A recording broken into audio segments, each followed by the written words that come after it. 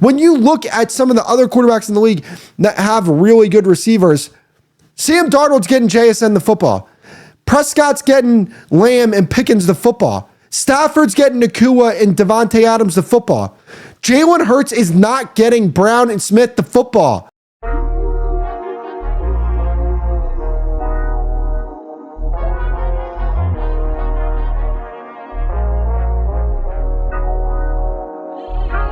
Hey, what's going on, guys? Welcome to the CEO Sports Show for November 11th, 2025. And on today's episode, I'm going to be reacting to Monday Night Football between the Eagles and the Packers. Before we get into the episode, please make sure to hit that like button, subscribe. I would greatly appreciate that. Without further ado, let's get into the episode. So let's start off with the Eagles. I want to talk about their performance in this game last night. First off, I got to say, shout out to Vic Fangio. The Eagles defense is going to turn a corner and they're going to start to play some really, really good football. This acquisition of Jalen Phillips, is he going to look as good as he did against the Packers? I don't believe so. I think, part of that was the adrenaline rush from making your debut, but I don't think he's going to play that far off of that. And that's the type of piece that they needed on this defense. They returned Nolan Smith, and then I think they returned Nakobe Dean as well. I'm not sure if this was his first game back, but I know he's back on the defense. He's flying all around the place. So if you're looking at this team from a defensive standpoint, there's legitimate reason to be optimistic. And obviously we know what Vic Fangio can do when he has the type of talent that he now has with this defense. And I think going forward as a team, I think that the Eagles should build around this defense. Like, Vic Fangio is the best defensive coordinator in the league, in my personal opinion. Like, it's him and it's Mike McDonald, even though he's not a defensive coordinator, but he's a play caller, head coach. Those are the two guys to me, and Brian Flores is up there, but I would give it to Vic Fangio. What he's doing, what he did against the Packers was incredible. What he did last year was incredible. Like, if you're the Eagles, you need to be building around this defense, not this offense. You should build the defense up, and then the offense should just be complementary to the defense to the point where, hey, if they're going to only allow 17 points a game, can you get us 20? And they're going to win a lot of games doing that because of how good this defense is. But if I'm going to be 100% honest with you, I'm just not sold on this Eagles team. I'm just not. And it starts with the quarterback. Jalen Hurts. Do we have to keep pretending that Jalen Hurts is a good quarterback? I mean, what else do people need to see? This guy, over the past 3 years, we've seen it. You ask him to do more, and he plays worse. When you ask him to do as little as he possibly needs to do to win games, you can win games. But what is that? Hey, an occasional throw down the field because they're playing cover one because we're running the ball so damn well. He could do that. He's an NFL quarterback. Congrats. He can throw the ball down the field when he's facing favorable coverages. But when you ask him to pick apart a defense surgically, on time, hit your back foot, hit that dig over the middle of the field, he is not a quarterback that can consistently do that. People are talking about this guy as an MVP candidate before this game. Not me, because I knew that was absolutely ludicrous to even put him in that type of conversation. And when you have the type of pieces that he has, I expect better. He's not getting his receivers the football. When you look at some of the other quarterbacks in the league that have really good receivers, Sam Darnold's getting JSN the football.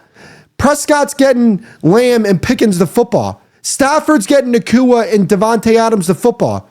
Jalen Hurts is not getting Brown and Smith the football.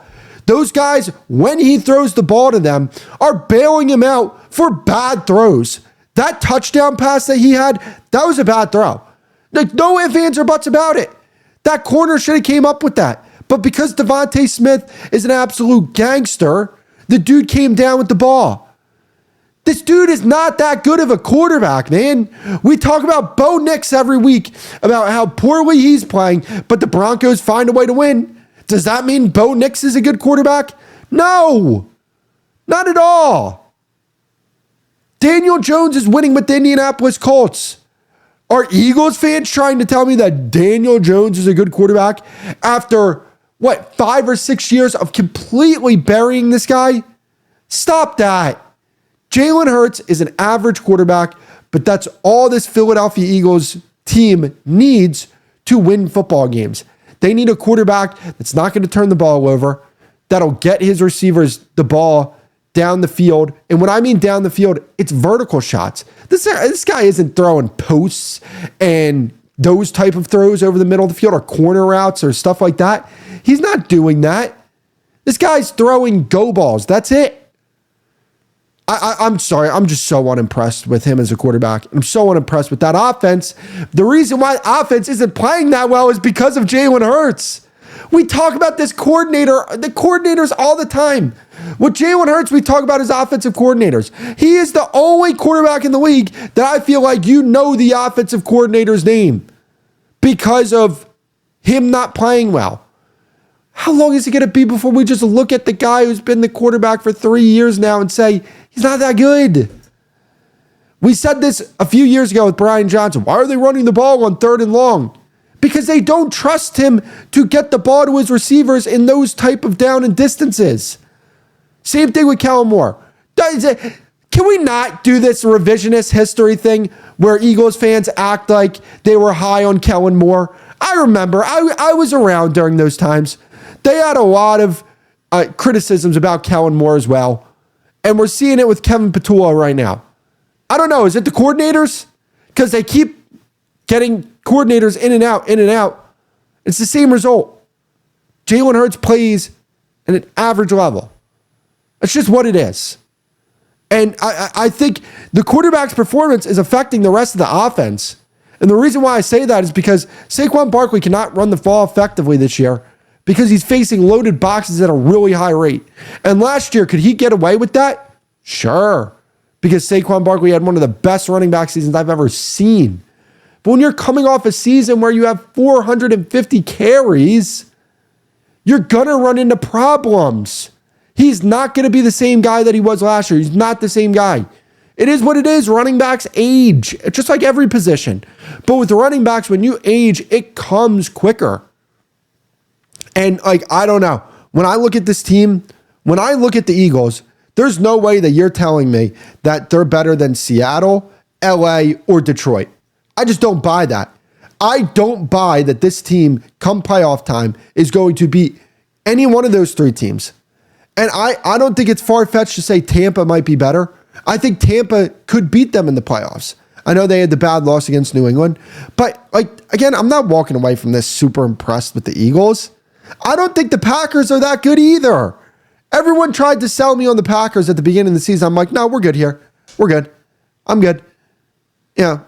Let's see if Jordan Love can actually play consistent football week in and week out. Spoiler alert, he hasn't been able to do that. All throughout the season, he hasn't been able to do that. Jordan Love is what he is.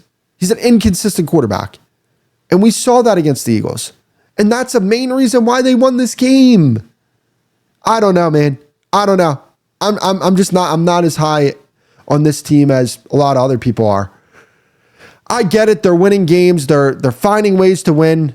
Seattle does not find ways to win football games. Seattle blows you out of the building. The Rams blow you out of the building. Detroit blows you out of the building. Philly doesn't do that. I don't know. I'm not impressed by it. I'm not impressed with the lucky wins and the, hoping that other teams make mistakes to win games because that's a lot of times. 2 of their games, easily 2 of their games, they should have lost. You're talking about the Cowboys game in week 1 where CeeDee Lamb had uncharacteristic drops. Talk about the LA game where they blocked the field goal. Right there, if that happens, you're 5-4 at that point. Nobody's talking about you as a Super Bowl contender. We're seeing you for what you truly are, which is a team that, to me, they're the 2023 Eagles. They're the 2022 Vikings. They're finding ways to win games. Do I think it's sustainable? No, I don't think it's sustainable. I think this team is going to struggle to, find a way to win games here come playoff time because you're going to be playing teams that execute at a high level. They play Seattle. They're not winning that game. You think Jalen Hurts is going to be able to read those defenses with Seattle, with their blitz packages and the play caller that they have? And that Seattle offense, they'll dial up Philly's defense, at least to the point where they win the game. I don't know. If I'm an Eagles fan, And I'm looking at this performance. I'm not walking away thinking very highly of this football team. I'm just not.